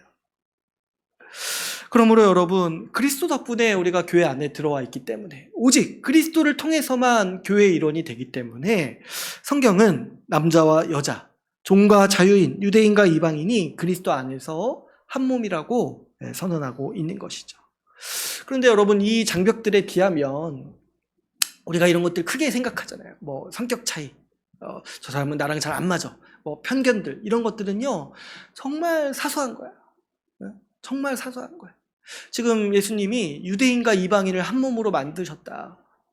이 벽이 얼마나 큰지 여러분 아시죠? 여러분, 요즘도 전쟁하잖아요. 요즘도 저기 팔레스타인에 이 전쟁이요 2000년 넘게 하고 있는 전쟁이에요. 2000년 넘게. 근데 예수님이요 어떻게 말씀하세요? 교회 안에서는 유대인과 이방인의 벽을 허무셨다라고 말씀하세요. 한 몸으로 만드셨다. 여러분, 유대인과 이방인이 교회 안에서 한 몸이 되었다라면 교회 안에서는 어떠한 벽도 존재할 수가 없는 거예요. 어떠한 벽도. 내가 아무리 저 다른 사람이랑 너무 안 맞다, 정말 나는 상종하기가 너무 어렵다, 이렇게 말한다라면 그것은 정말 아직도 예수 그리스도의 십자가의 능력을 모르는 거예요. 모르는 거예요. 우리 이 말씀 통해서 우리가 분명히 확신하고 정말 마음에 새겨야 되는 게 뭐냐면 예수님이 못 허무시는 벽이 없다는 거야, 사람과 사람 사이에. 그래서 우리가 어떻게 살아야 되냐니까 벽이 없다는 걸 믿어야 돼. 벽이 없다는 걸. 나와 저 사람 사이에 벽이 없다. 자꾸 이렇게 거리낌이 있는 거는 내가 쌓는 거야. 내가 안 믿고 자꾸 내가 쌓는 거예요. 그랬을 때 여러분, 우리가 예수 믿는다라면은 예수님이 사람과 사람 사이의 벽을 허무셨다는 걸 믿고 우리는 나와 맞지 않는 사람을 향해서 더 적극적으로 나아가야 돼요. 특별히 신자는 그렇게 살아야 됩니다. 나와 맞는 사람과만 교제하는 거 잘못됐다고 말하기 사실 힘들어요. 뭐 교회에서 너희들 너무 친하게 지내네 이렇게. 그래서 뭐 갈라놔야 돼 이렇게 어떻게 합니까? 자연스러운 건데. 근데 그렇게 말하지 않고 우리가 어떻게 자꾸 얘기해서 있냐면 나와 맞지 않는 사람을 향해서 더 나아가야 돼요. 아니 이렇게까지 안 해도 특별히 나랑 좀 잘 다른 사람이 있어요. 나랑 다른 사람. 어떻습니까? 이 나이가 다른 사람, 나이가 다른 사람, 그리고 배경이 다른 사람, 삶의 스타일이 다른 사람도 있어요. 우리가 항상 생각해야 되는 게 뭐냐면 내가 먼저 그 사람에게 나아야겠다 생각해야 돼요. 자꾸 이렇게 비슷한 사람과만 교제하려고 하지 말고 나와 다른 사람, 나와 정말 생각도 다르고 좀 맞지 않는 사람을 향해서 내가 먼저는 저 사람과 가까워져야겠다 이런 생각을 우리가 해야 된다는 거예요. 그랬을 때 여러분 이것이 뭐냐니까 우리 교회가 함께 성장하고 하나님 나라의 복을 누리는 이 삶의 모습인 거예요. 초월적인 세상의 모습이라는 거예요. 세상은 이런 모습이 없죠. 비슷한 사람끼리만 교제하고 끼리끼리 모이죠. 끼리끼리. 그러니까 이 교회가 세상을 닮은 모습이 뭐냐면 이렇게 끼리끼리 모이는 거예요. 끼리끼리. 비슷한 사람끼리 이렇게 모여서 하는 거예요. 그러나 여러분, 교회라는 우리 새로운 세상에서 우리는 다양한 사람들이 서로를 차별 없이 한 몸으로 여기면서 살아가면서 풍성한 삶을 경험하게 됩니다. 제가 언젠가 한번 지나가면서 또 이것도 말씀드렸던 것 같아요. 여러분, 비슷한 사람끼리 모여서 살면은요, 뭐 이렇게 편할 수는 있는데 한계가 분명해요. 뭐냐니까 또 약점이 다 똑같아가지고 뭐 도울 수가 없어요. 도울 수가 없어. 서로를 돕는데 한계가 있어요. 한계가. 좀 나와 다른 사람이 있어야지고 다른 은사를 가진 사람이 있어야지 좀 이렇게 뭔가 이렇게 서로를 돕고 살아가는 게 있지. 서로 비슷한 사람끼리만 있으니까 너무 이렇게 계속 같은 문제로 어때요? 다 같이 넘어져요. 같은 문제로. 속수무책으로. 이런 거 이제 뭐 제가 언제 많이 생각이 나냐면 대학교 때, 대학생 때 좋았어요. 같이 이렇게 비슷한 사람끼리 교제하고 이렇게 이제 하는데, 근데 이제 어떤 한계가 있냐니까 대학생이니까 서로 돈이 없어요. 모였을 때 너무 힘들어요. 너무 힘들어요. 모였을 때 뭐 이렇게 밥 먹자고 해도 눈치 보이고 없는 사람이 있으니까. 그러다가 이제 가끔 기쁜 게 누가 후원해줘가지고 직장 다니는 어떤 이제 좋은 분이 후원해줘가지고 맛있는 거 먹으러 갈 때 아직도 기억이 나요. 제가 누가 이렇게 후원해줘서 피자헛 갔던 게 아직도 제가 기억이 날 정도로. 우리끼리라면 못 갔는데 누가 이렇게 딴 사람이 이렇게 도와줬을 때 또 이렇게 더 풍성한 교제를 누릴 수 있었잖아요. 또 예전에 이제 제가 들은 얘기 중에 하나가 뭐였냐니까 그 친구가 이제 교회를 다니는데 그 교회들이 좀 많이 그렇게 하잖아요. 비슷한 사람끼리 이렇게 묶잖아요. 근데 또 어떻게 묶냐니까 이렇게 어린 아이를 가진 부모끼리 이렇게 묶는 거예요. 이 소그룹이라든가 뭐 이렇게 그룹을. 근데 이제 어린 아이를 가진 부모님들은 한계가 아주 뚜렷이 있죠. 뭐냐니까 여력이 없어요. 여력이. 근데 이제 뭐예요? 한 모임, 뭐 우리로 하면은 뭐 기도 모임 같은 거를 다 아기 있는 집으로만 이렇게 묶어놔가지고 그 친구가 얘기를 하더라고요. 이렇게 모임을 하는데 다 애기 데리고 모임을 해가지고 자기가 얘기하는데 자기가 확신하는 게 뭐냐면 아무도 내 얘기를 듣지 않는다는 거 확신합니다. 다 자기 얘기 보고 있대. 서로 말하지만 서로 못 듣는다는 거야. 뭐 듣기 싫어서 안 듣는 게 아니라 여력이 없는 거야. 그러니까 이게 사실 공감대가 있어서 만날 때 뭐 얘기할 거리도 있고 편하고 그러기도 하죠. 그러나 정말 객관적으로 보면 약해요. 너무 약해요. 도울 수 있는 사람이 없어요. 그랬을 때 여러분, 나와 다른 사람과 만나서 교제하는 게요 얼마나 큰 복인지 몰라요. 내 한계를 뛰어넘을 수 있는 계기가 그 사람을 통해서 있는 거예요. 다양한 사람으로 한 몸으로서 살아가면서 이렇게 얘기를 하고 또 그 사람의 생각을 듣고 의견을 교환하고 그 사람과 함께 동역할 때 나라는 사람도 발전이 있는 거예요. 저도 목회를 하면서 제가 정말 큰 도움을 받는 것 중에 하나가 우리 지체들의 다양한 생각과 의견을 들을 때 제가 얼마나 큰 도움을 받는지 몰라요. 저도 생각이 좁고 작아가지고 저밖에 모를 때가 있어요. 제 생각밖에 모를 때가. 그런데 어떤 사람의 말을 들을 때 정말 제가 생각지도 못한 얘기를 하고 또 교회에 대해서 저보다도 또 어떻게 많이 얘기할 때가 있고 그럴 때 이제 저도 보고 배우고, 이 감사하게 또 그 사람과 함께 동역하면서 교회를 세워 나가는 거예요. 그랬을 때 정말 얼마나 우리가 작습니까? 나라는 사람의 생각이 얼마나 작습니까? 그런데 나와 다른 생각을 하는 사람, 나와 다른 성격의 사람, 나와 다른 은사의 사람들을 우리가 같이 부대끼면서 살아갈 때 우리라는 사람이 더 품이 넓어지고 성장하는 거예요. 이런 방식으로 교회는 우리 한 사람 한 사람이 더 성장하게 됩니다. 나와 다른 사람을 통해서 우리 주님은 성장하게 만드시는 거예요. 여러분, 우리 교회에 이 새로운 세상이 임했다는 것을 정말 우리가 믿고 우리는 이렇게 새로운 방식으로 살아야 돼요. 끊임없이 나와 다른 사람과 교제하기를 힘써야 돼요. 또 우리 본문 말씀에 보면은 이 사람들, 이 교회의 특징, 새로운 세상으로서의 교회의 특징 중에 하나가 뭐였습니까? 자기를 돌보지 않고 정말 다른 사람을 위해서 수고하는 인생을 살았잖아요. 여러분, 이 세상에 아주 이렇게 강력한 속성이 뭐냐면 이기심이에요. 이기심. 이 이기심이요, 교회 문화, 교회의 삶에서는 없어야 된다는 거예요.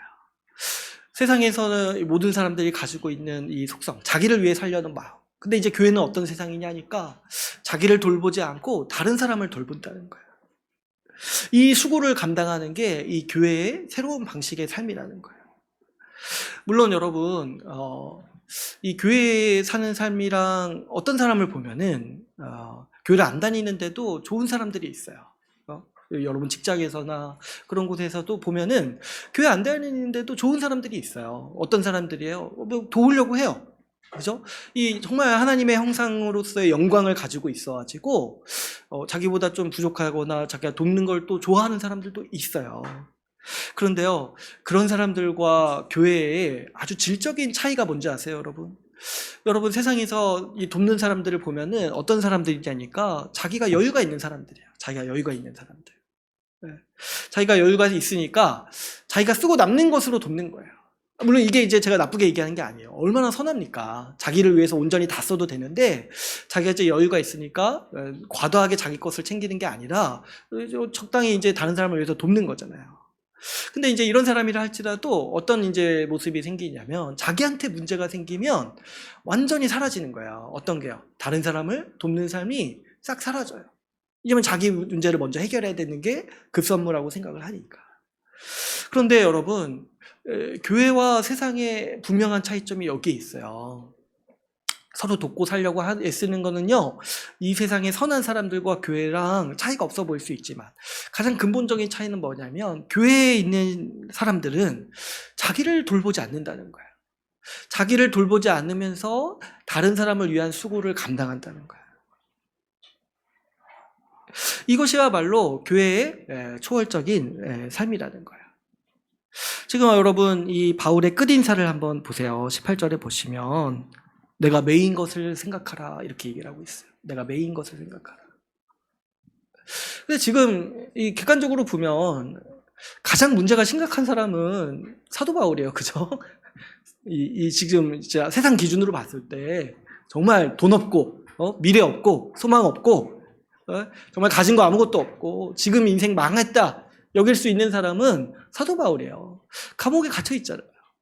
근데 그 사도 바울이 지금 어떻게 하고 있습니까? 골로새 교회를 위해서 기도하고 골로새 교회를 위해서 애쓰고 염려하고 골로새 교회를 정말 돌보기 위해서 정말 자기를 위하던 사람, 자기 지금 옆에서 돕던 사람들을 이렇게 나눠가지고 골로새 교회에 보내고 있잖아요. 자기를 돕기 위해 온 사람도 지금 골로새 교회에 보내가지고 골로새 교회를 신경 써야 된다. 이렇게 지금 하고 있는 거예요. 원래라고 하면은 사도 바울이 도움 받아야 돼요. 지금 사도 바울이. 그래서 편지도 이렇게 쓰는 게 아니라 나 좀 도와라, 사람 좀 보내고 돈 좀 보내라, 이걸로 가득 채워야 되는데 지금 내용이 어떤 거예요? 너희를 위해서 항상 기도합니다. 너희 이렇게 살아야 된다. 너희 복음을 제대로 믿고 그리스도를 알아야 된다. 이렇게 지금 얘기를 하고 있잖아요. 지금 사도 바울에게는 자기가 없는 거예요. 자기 지금 처지 이런 게 없어요. 그랬을 때 여러분, 이게 뭐냐니까 이것이 우리 신자의 완전히 다른 차원의 삶의 방식이라는 거예요. 뭐냐니까 자기를 돌보는 것이 아니라 다른 사람의 문제를 돌보는 인생이라는 거예요. 왜 그렇습니까?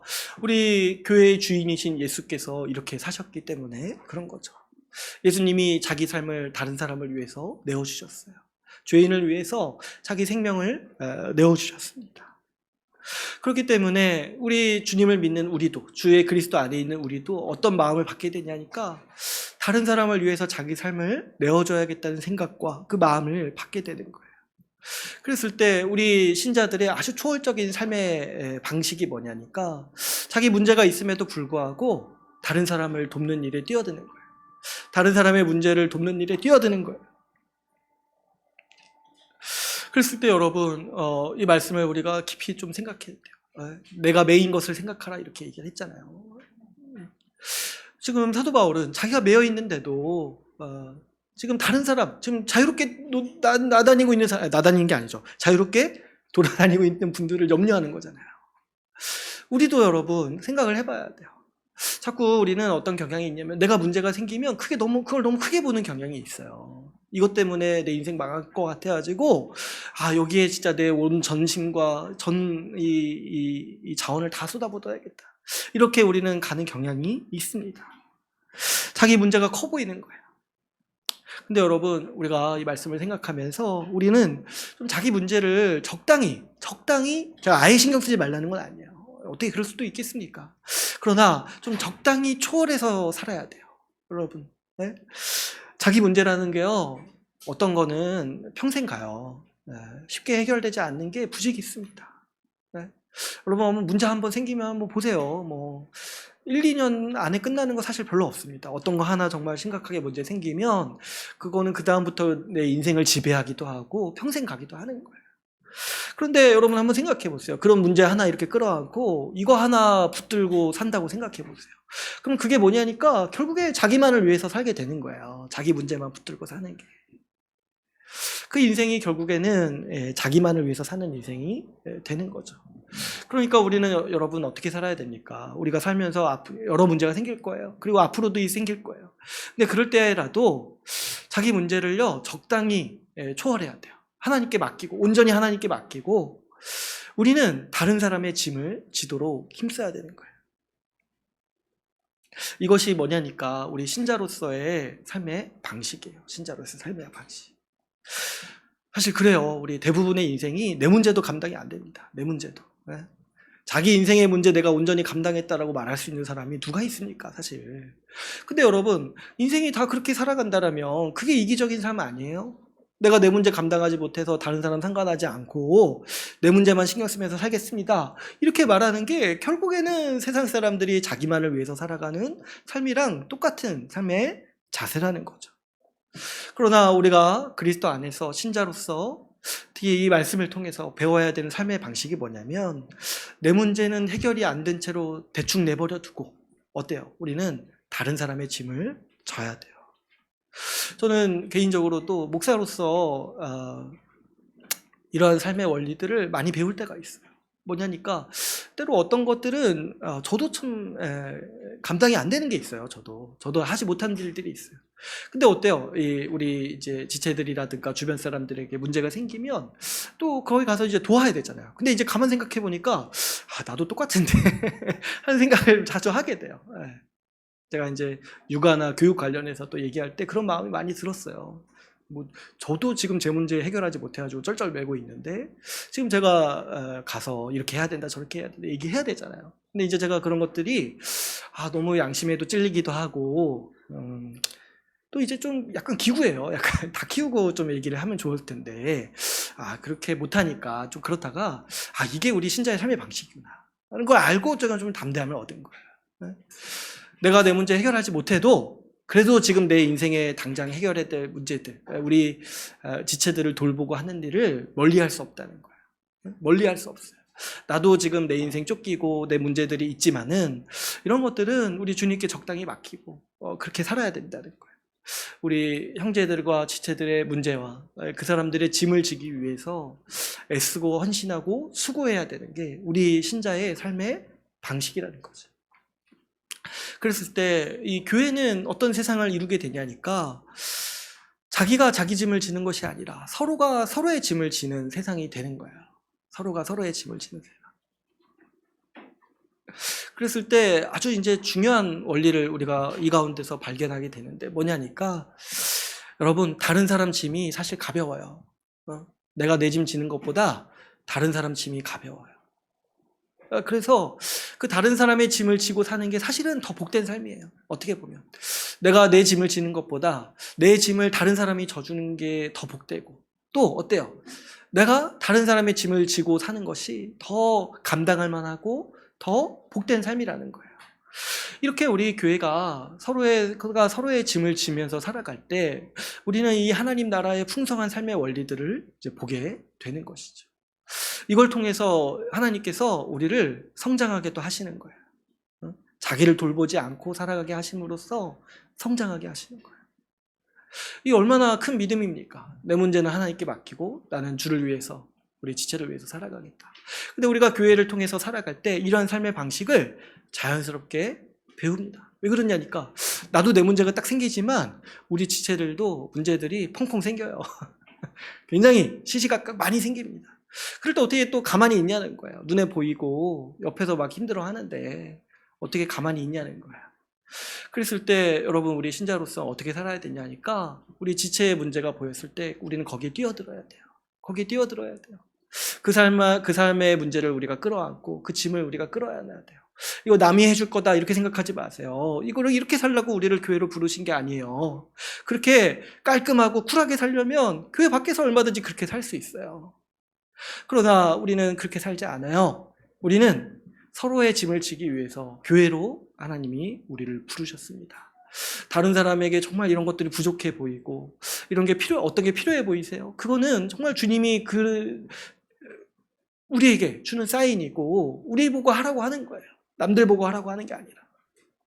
가지고 너 이렇게 저렇게 이렇게 하기보다 그 필요가 눈에 보이고 하는 사람이 섬기고 돕는 거예요. 여러분 그렇기 때문에 이 교회를 향해서 새로운 세상이 임했다. 하나님 나라가 임했다라고 이야기를 하는 것입니다. 다시 말씀을 드리지만 이것을 믿는 사람에게는 이러한 세상으로서의 교회가 보이는 거예요.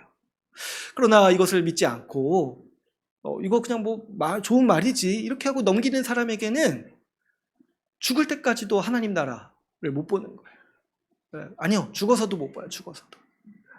그러니까 여러분 우리가 이 새로운 세상, 우리 오늘 끝인사를 통해서도 나눈 그 당시 사람들이 살아가는 세상. 오늘 시간이 많이 지났네요. 죄송합니다. 제가 이상하다. 이 오버가 짧았는데. 네. 아무튼 마무리할 거예요. 사람이 너무 여러 명 나와가지고. 그래서 여러분 제가 자제했어요. 다 안 했습니다. 다 안 했어요. 몇 명 빼먹었습니다. 아무튼 이 새로운 세상을 우리가 살도록 우리에게 해주셨어요. 우리 교회라는 새로운 세상의 특징으로서 이렇게 주셨습니다. 어떤 특징이 있었어요? 두 가지가 있었죠. 자기를 돌보지 않고 서로를 위해서 수고했습니다. 두 번째로 뭐예요? 서로를 차별과 편견 없이 그런 것들을 뛰어넘어서 동역하면서 한 몸으로 교제했던 실제로 그렇게 살아간 교회를 우리가 오늘 말씀을 통해서 나누었습니다. 여러분 우리도 이런 교회 소망하면서 같이 함께 살아갑시다. 오늘 이제 말씀을 맺겠습니다. 우리 오늘 골로새서 말씀을 통해서 이 새로운 세상을 살아간 사람들의 모습을 살펴보았습니다. 우리가 만약 믿지 않는다라면 우리 주님이 우리를 바꾸셨다는 것도 믿지 않고 하나님 나라가 이미 임했다는 주의 말씀도 믿지 않는다라면 우리는 이전과 똑같이 살 수 있습니다. 자기만을 위해서 살고 자기 문제만 신경 쓰면서 살고 자기 마음에 맞는 사람과 교제하면서 그렇게 살 수 있습니다. 그러나 이런 사람들은 살아서 하나님 나라를 보지 못할 것이며 죽어서도 하나님 나라를 보지 못할 것입니다. 그러나 우리 주의 말씀을 믿는 사람, 우리를 새로운 존재로 만드셨고 하나님 나라가 이미 임했다라는 주의 말씀을 믿는 사람은 살아서 하나님 나라의 영광을 볼 것입니다. 영원토록 하나님 나라를 소유하게 될 것입니다. 우리가 우리 주의 말씀을 믿고 순종함으로써 하나님 나라로서의 영광을 갖춘 우리 주의 나라 교회 같이 함께 세워가기를 간절히 소망하면서 살아갑시다. 오늘 말씀을 마치고 기도하는 시간 갖도록 하겠습니다.